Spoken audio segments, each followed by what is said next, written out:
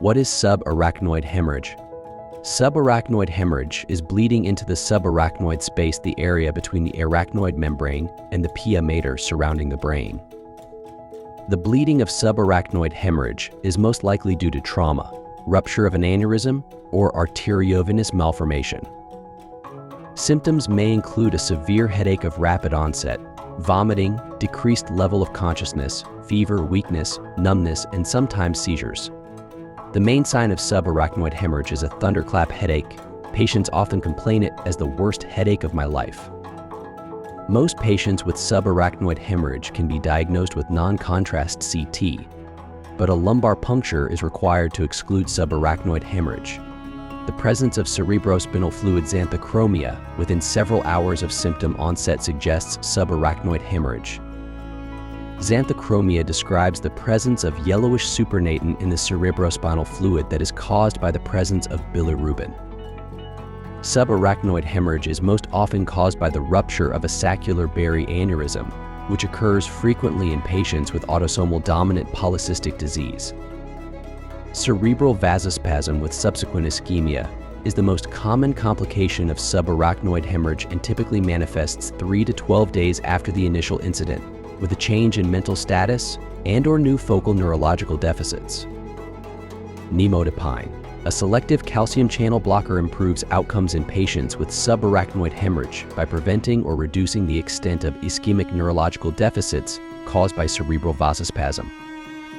This neuroprotective effect is likely due to a combination of increased cerebral vasodilation and decreased calcium-dependent excitotoxicity.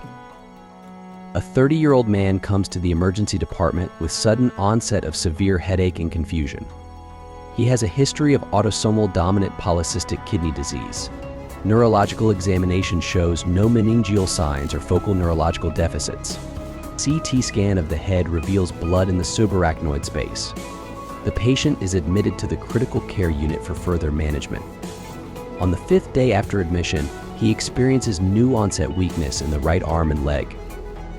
This patient with subarachnoid hemorrhage developed new onset focal neurological deficits 5 days after his initial symptoms, a presentation characteristic of delayed cerebral ischemia due to cerebral vasospasm.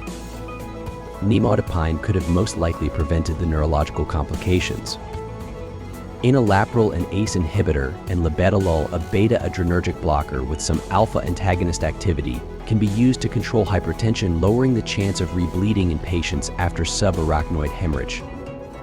However, rebleeding usually occurs in the first 24 hours after subarachnoid hemorrhage, and acute onset of new neurological deficits 5 days after subarachnoid hemorrhage is more indicative of delayed ischemia due to cerebral vasospasm. Central sympatholytics, for example, methyl-dopa, clonidine, stimulate alpha-2 receptors centrally, resulting in a decrease in generalized sympathetic outflow and reduced blood pressure.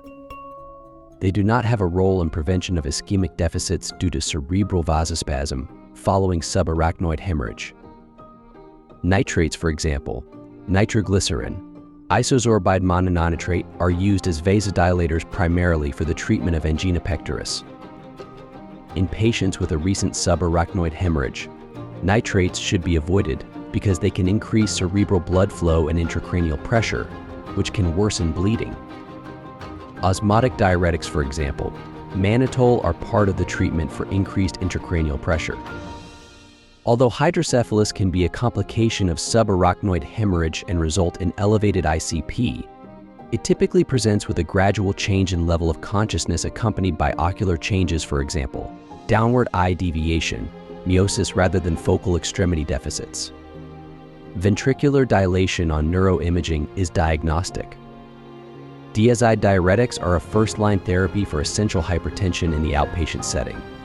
They are not indicated for use in preventing complications due to cerebral vasospasm following subarachnoid hemorrhage. Delayed cerebral ischemia due to cerebral vasospasm usually presents 3 to 12 days after the initial subarachnoid hemorrhage with an acute change in mental status and/or new focal neurological deficits. Nimodipine, a selective calcium channel blocker, improves outcomes in patients with cerebral vasospasm by inducing cerebral vasodilation and decreasing calcium-dependent excitotoxicity.